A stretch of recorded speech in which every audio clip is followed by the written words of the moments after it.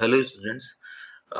Dimensional analysis के पिछले video में हम लोगों ने देखा था कि फिजिकल क्वांटिटीज़ की डायमेंशंस किस तरीके से फाइंड आउट करते हैं और अब हम इस वीडियो में देखने जा रहे हैं कि डायमेंशंस का हम यूज़ किस तरीके से कर सकते हैं। तो स्टूडेंट्स, बहुत ही इम्पोर्टेंट टॉपिक है और यहाँ तीनों यूजेस पे क्वेश्चंस एग्जाम में जरूर आते हैं।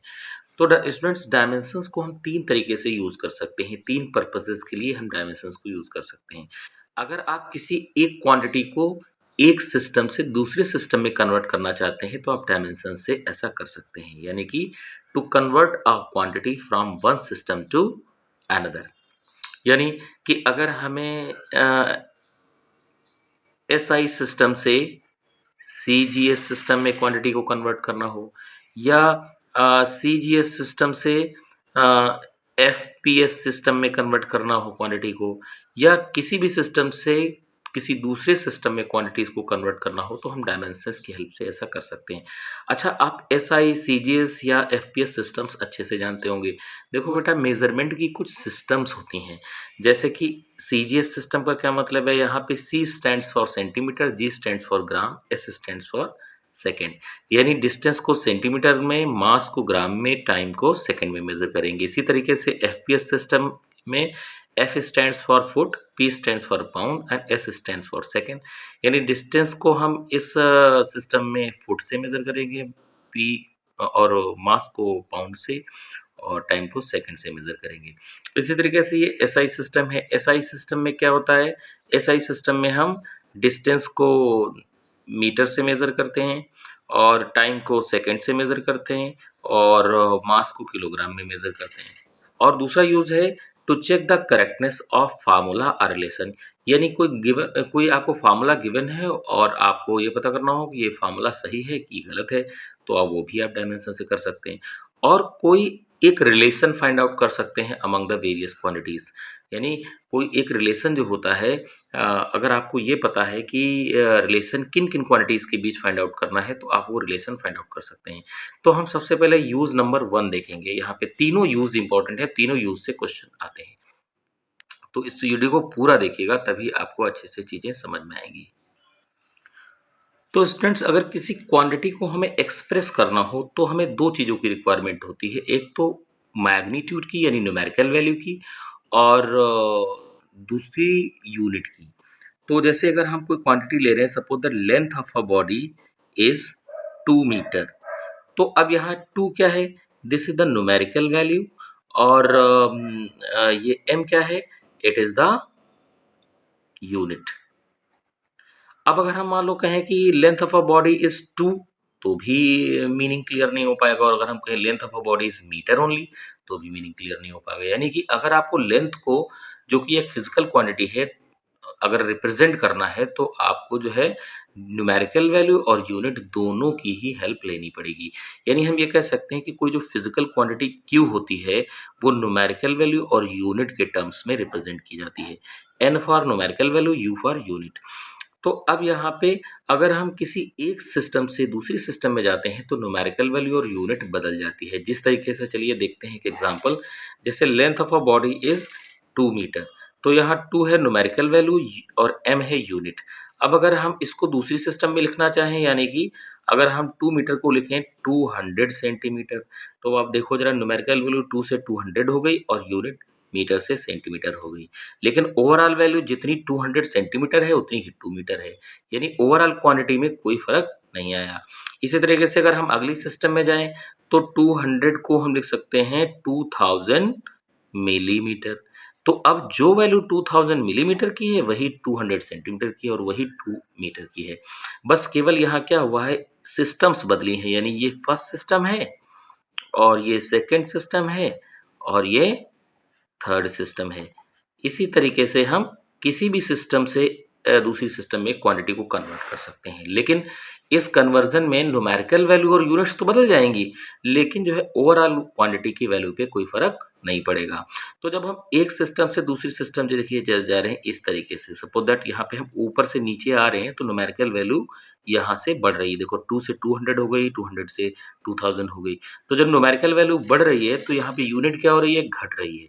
यानी कि मीटर से सेंटीमीटर छोटा है, सेंटीमीटर से मिलीमीटर और छोटा है। तो न्यूमेरिकल वैल्यू बढ़ने पे यूनिट घट रही है, तो इसका मतलब क्या पता चला कि जो न्यूमेरिकल वैल्यू होती है वो यूनिट के इनवर्सली प्रोपोर्शनल होती है।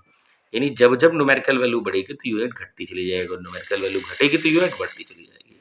तो अब हम इस रिलेशन को इस तरीके से लिख सकते हैं कि जब प्रोपोर्शनैलिटी हटेगी तो कांस्टेंट के आ जाएगा। तो ये हो गया यू।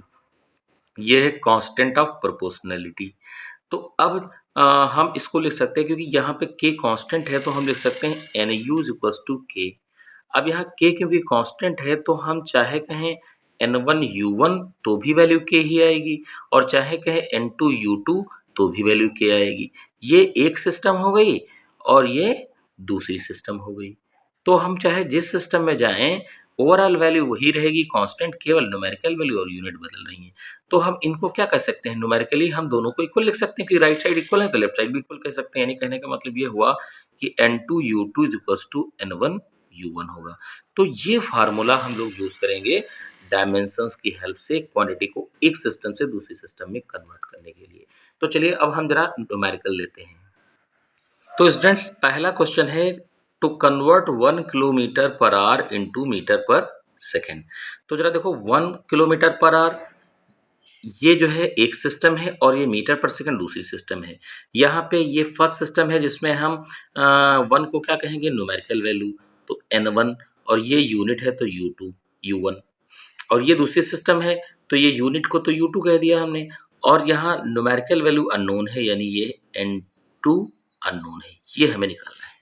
तो हम क्या कहते हैं, हम सबसे पहले भाई डायमेंशंस की हेल्प से हम ऐसा करने जा रहे हैं तो सबसे पहले हमें डायमेंशन की रिक्वायरमेंट होगी। तो किलोमीटर पर आवर या मीटर पर सेकंड में हम वेलोसिटी को मेजर करते हैं। तो हम जरा पहले फाइंड आउट करते हैं डायमेंशन। तो डायमेंशन ऑफ वेलोसिटी, तो वेलोसिटी की डायमेंशन भी क्या होती है, आपने पीछे पढ़ा था पिछले वीडियो में कि LT पावर -1 होती है। अगर आपको डायमेंशंस नहीं आती हैं कि फिजिकल क्वांटिटीज़ की डायमेंशंस आप कैसे फाइंड आउट करेंगे तो मेरा पिछला वीडियो डायमेंशन एनालिसिस पे आप देख लीजिए, आपको समझ में आ जाएगा। तो अब हम क्या करेंगे, हम कहेंगे N2U2 is equals to N1U1, अभी हमने पीछे पढ़ा था। ये N2U2 न्यूमेरिकल वैल्यू और यूनिट सेकंड सिस्टम में और N1U1 न्यूमेरिकल वैल्यू और यूनिट फर्स्ट सिस्टम में। तो अब देखो N2 हमें अननोन है यानी पता नहीं है तो N2 हम N2 ही लिख देंगे। U2 मतलब यूनिट्स होती हैं लेकिन यूनिट्स की जगह पे आप डायमेंशंस यहाँ लिखोगे क्योंकि डायमेंशन की हेल्प से आप कन्वर्ट करना जा रहे हो। तो U1 U2 की जगह पे आप डायमेंशंस यूज करोगे। तो देखिए डायमेंशन LT पावर -1 होती है वेलोसिटी की और इधर राइट साइड N1 को क्या कहेंगे 1 वैल्यू दी है न्यूमेरिकल वैल्यू और डायमेंशंस फिर से LT पावर -1 है। तो अब यहाँ LT पावर -1 LT पावर -1 दोनों तरफ डायमेंशन है तो आप कैसे पता चलेगा कौन किस सिस्टम में है। तो यहाँ ये सेकंड सिस्टम है तो यहाँ 2 कर देंगे और यहाँ ये फर्स्ट सिस्टम है, ये फर्स्ट सिस्टम है तो हम यहाँ 1 लिख देंगे, है ना। तो अब आ जाएगा N2 इज इक्वल्स टू 1। अब L1 के नीचे ये L2 आ जाएगा L1/L2 और ये T1 के नीचे T2 आ जाएगा इस तरीके से और पावर -1 थी। तो अब जरा देखेंगे 1 इंटू ये अब L1 L2 क्या है, L1 L2 लेंथ है, लेंथ की यूनिट। अब L1 क्या है, L1 भी लेंथ L2 भी लेंथ और यहाँ T1 T2 टाइम्स है। तो L1 क्या है, L1 है लेंथ इन दिस सिस्टम और इस सिस्टम में लेंथ को हम लोग किलोमीटर में मेजर कर रहे हैं तो हम लिख देते हैं किलोमीटर और L2 भी लेंथ है लेकिन सेकंड सिस्टम में लेंथ को किस में मेजर कर रहे हैं मीटर में तो यहाँ मीटर लिख देते हैं। तो इसी तरीके से हम टाइम को लिखते हैं T1 T2 दोनों ही टाइम है। अब T1 है टाइम फर्स्ट सिस्टम में यानी कि आवर्स में तो ये आवर्स में लिख देते हैं हम और ये T2 भी टाइम है लेकिन ये सेकंड सिस्टम में टाइम है तो ये सेकंड में लिख देते हैं। तो ये देखिए इस तरीके से सेकंड में लिख दिया हमने, पावर है -1। अब हम जरा यहाँ पे सॉल्व कर लेते हैं। 1 इंटू 1 किलोमीटर को हम लिख सकते हैं 1000 मीटर और यहाँ 1 मीटर यानी कि मीटर है या जिसको 1 मीटर और यहाँ 1 मीटर है और यहाँ 1 आवर्स को हम लिख सकते हैं 60 इंटू 60 सेकेंड। 1 आवर में 60 इंटू 60 सेकेंड्स होते हैं और नीचे सेकेंड है पहले से। तो अब ये power -1 second cancel, metre cancel तो ये आ गया 1 इंटू 1000 इंटू ये 60 इंटू 60 टू द पावर -1। तो आपको पता है जब पावर माइनस में होती है तो क्वांटिटी रेसिप्रोकल हो जाती है। अगर न्यूमरेटर में होगा तो डिनोमिनेटर में आ जाएगा, डिनोमिनेटर में होता तो न्यूमरेटर में आ जाता। तो अब हम इसको लिखेंगे 1/60 60 इंटू 60, तो देखो 0 0 0 0 कैंसिल, 2 5 जा 10 और 2 3 जा 6, तो ऊपर आ गया 5 और नीचे आ गया 3 6 जा 18।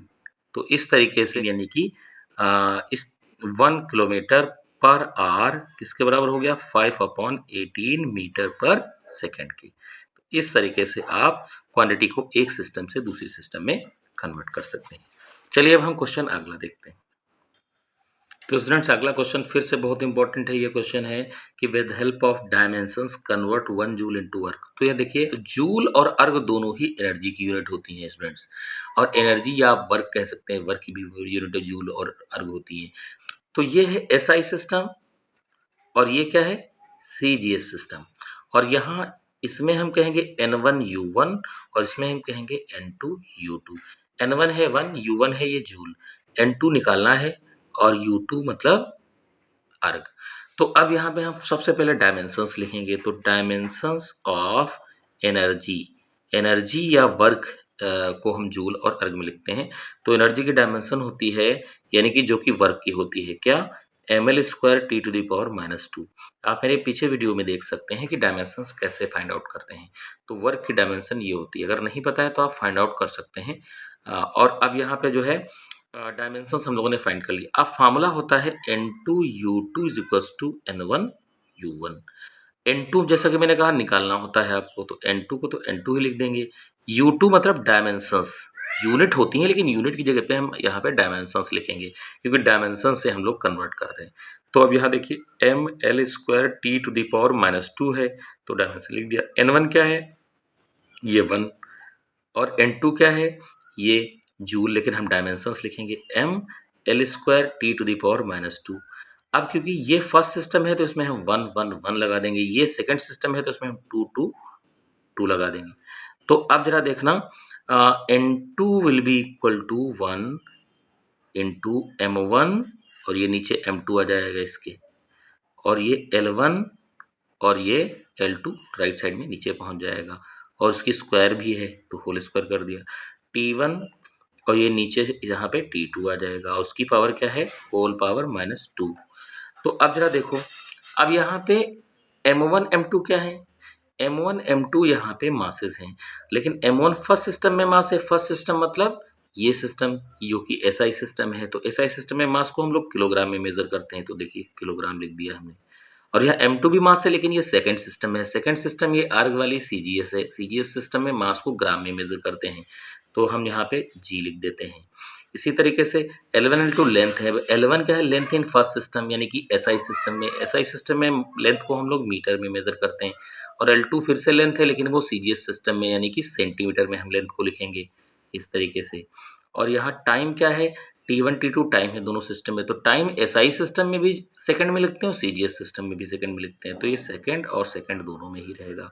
और ये पावर -2 हो गई, सेकंड सेकंड कैंसिल। अब यहाँ पे किलोग्राम ग्राम तो नहीं कैंसिल हो सकते, तो अब चलिए हम जरा इसको दोनों को एक में कर लेते हैं, यानी कि किलोग्राम को भी ग्राम में कर लें। तो 1 किलोग्राम में 1000 ग्राम होते हैं, और ये इधर ग्राम यानी 1 ग्राम है। और यहाँ पे 1 मीटर को हम 100 सेंटीमीटर लिख सकते हैं, और यहाँ पे नीचे 1 सेंटीमीटर, और ये तो 1 बचा ही था, तो 1 की पावर -2। तो यहाँ पे देखो स्क्वायर था, ये देखिए स्क्वायर था, तो यहाँ स्क्वायर जरूर लगा देंगे। तो सेंटीमीटर सेंटीमीटर कैंसिल, ग्राम ग्राम कैंसिल, तो ये आ गया 1 इंटू 1000 इंटू 100 की पावर 2 है, तो 100 इंटू 100 है, ये आया। और 1 की पावर -2 है, तो 1 की कितनी भी पावर हो 1 ही रहता है, तो ये बन जाएगा तुम्हारा 1 इंटू 10 की पावर कितनी, 1 2 3 4 5 6 7 जीरोस, तो 7 पावर, ये इतना बन गया। यानी कि 1 जूल में कितने अर्ग होंगे, 1 इंटू 10⁻7 अर्ग्स हो जाएंगे। तो इस तरीके से हम लोग जो है किसी क्वांटिटी को एक सिस्टम से दूसरे सिस्टम में कन्वर्ट कर सकते हैं।